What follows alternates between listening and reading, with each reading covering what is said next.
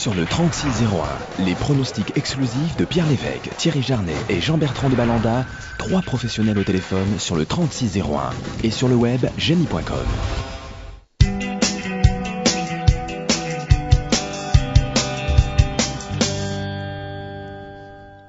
De retour sur le plateau de Génie TV pour évoquer la candidature du numéro 10, Monte Giorgio, pensionnaire de Pierre Lévesque, qui a bien couru en dernier lieu à Caen. Cependant, il devra s'élancer derrière l'as Michip Mozin, et c'est un problème, Olivier. Non, puisque Michip Mozin, on l'a dit, il s'est démarré, et puis ce jour-là, Monte Giorgio, vous l'avez dit, il vient de terminer 4ème à Caen, derrière tout de même Quito du Vivier, My Love Eddie et New Deland. Et ce jour-là, je ne sais pas s'il était déféré, il me semble pas qu'il était déféré des 4 pieds. Il retrouve Pierre Lévesque à son sulky. Alors évidemment, il est peut-être plus confirmé sur longue distance.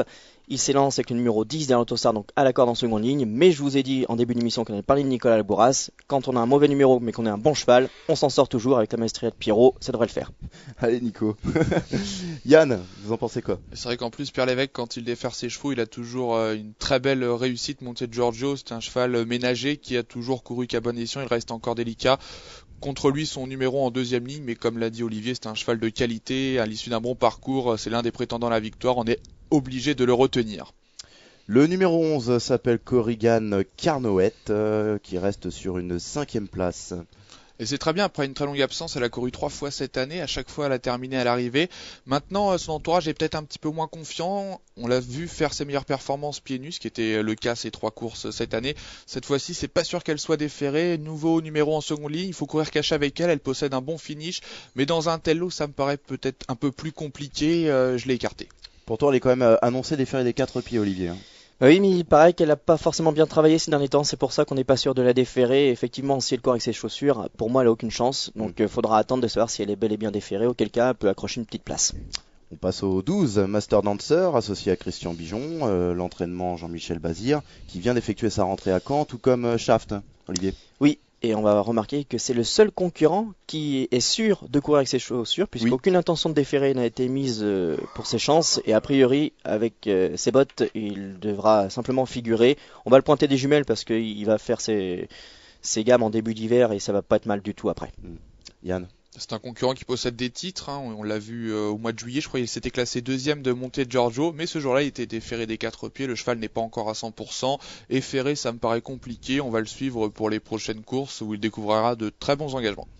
Le 13, c'est Sink Yatsi, ou Yatse, je ne sais pas, un concurrent qui adore la vitesse, tout comme moi. Yann. Je vais dire Sinkadzi, et malheureusement je ne l'ai pas retenu. Ses 2 dernières sorties comportent quelques excuses. Il a connu des petits problèmes de trafic, mais c'est un cheval meilleur en courant caché, donc cela comporte quelques aléas. S'il trouve l'ouverture, il peut venir accrocher une place, mais attention, dans un lot touffu avec des concurrents de qualité, va falloir que tout se passe à merveille. Notons qu'il est annoncé déféré des antérieurs, pourquoi pas pour une 5e place, mais je l'ai éliminé. Vous éliminez, Olivier? Eh bien, c'est mon principal regret, tout comme d'ailleurs Lupin Lodon, il va s'élancer derrière le pensionnaire de Fabrice Colette. Donc, comme Lupin Lodon il démarre, il devrait pouvoir occuper une place au sein du peloton, ce qui peut être pas mal. Il faut qu'il soit caché, et s'il peut placer sa pointe de vitesse dans les 500 derniers mètres, il peut venir accrocher une 5e, voire une 4e place. Le 14, c'est Japas Dream, associé à Michel Lenoir, qui est en grande réussite actuellement, qui adore les parcours de vitesse, tout simplement, Olivier. Ce Japas Dream, oui, et puis l'écurie de Jean-Loup Peupion est aussi au top de sa forme, et ils ont trusté de belles victoires et de belles places ces derniers temps. C'est un vrai 2100, vous l'avez dit, ce Japas Dream. Il doit se lancer en seconde ligne. Maintenant, on peut compter sur Michel Lenoir pour trouver les bons dos et se faire ramener.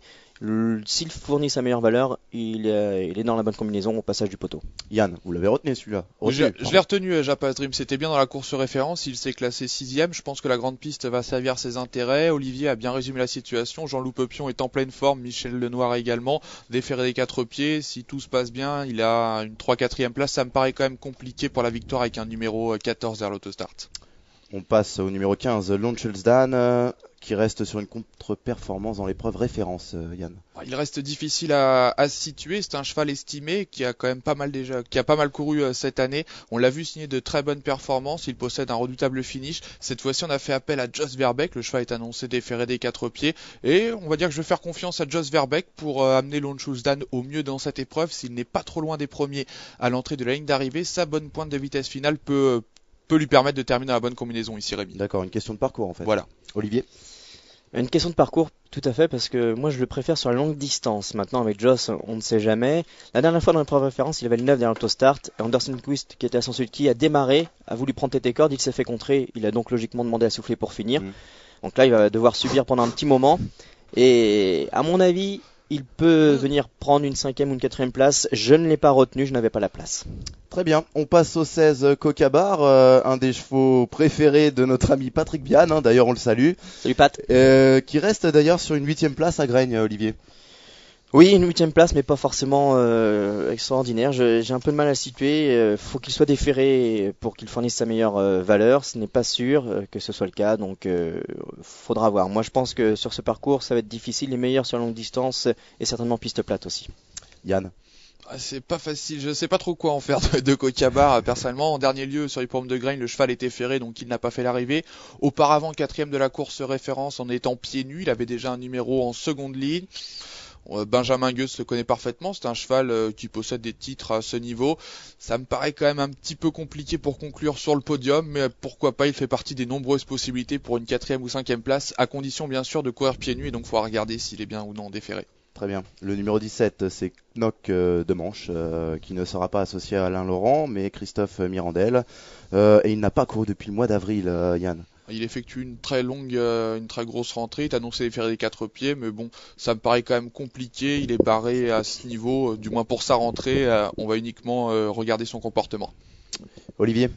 Eh bien, absent depuis de nombreux mois, je pense que ce Knock de Manche ne va pas être à l'heure pour ce lundi.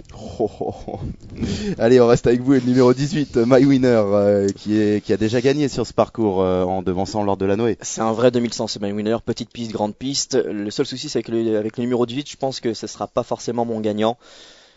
Il devra rapidement occuper une bonne place parce qu'il peut partir très vite et faire le tour de ses adversaires et être en tête en plaine ou à la sortie de la plaine. Maintenant, il ne faut pas qu'il brûle trop de kérosène en début de parcours pour pouvoir aller jusqu'au bout. Il devra au moins sauvegarder une place. Yann.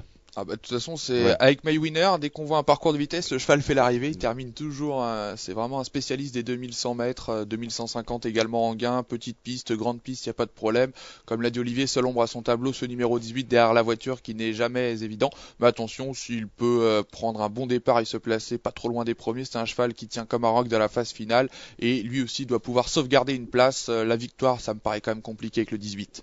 On va remettre une petite couche avec Nicolas Labouras qui dit très bien que de toute façon le numéro importe peu, c'est l'arrivée qui compte et My Winner va faire l'arrivée. Et bien voilà, merci messieurs pour ces informations très précieuses. Nous avons étudié tous les concurrents de ce quintet. Le moment du choix, je commence avec Olivier Gallard et sa base. Bien, ma base sera le numéro 10 Monte Giorgio, malgré sa place en seconde ligne à la corde derrière la voiture. Yann. Et moi je vais prendre en base là ce Midship Mosin, un modèle de régularité.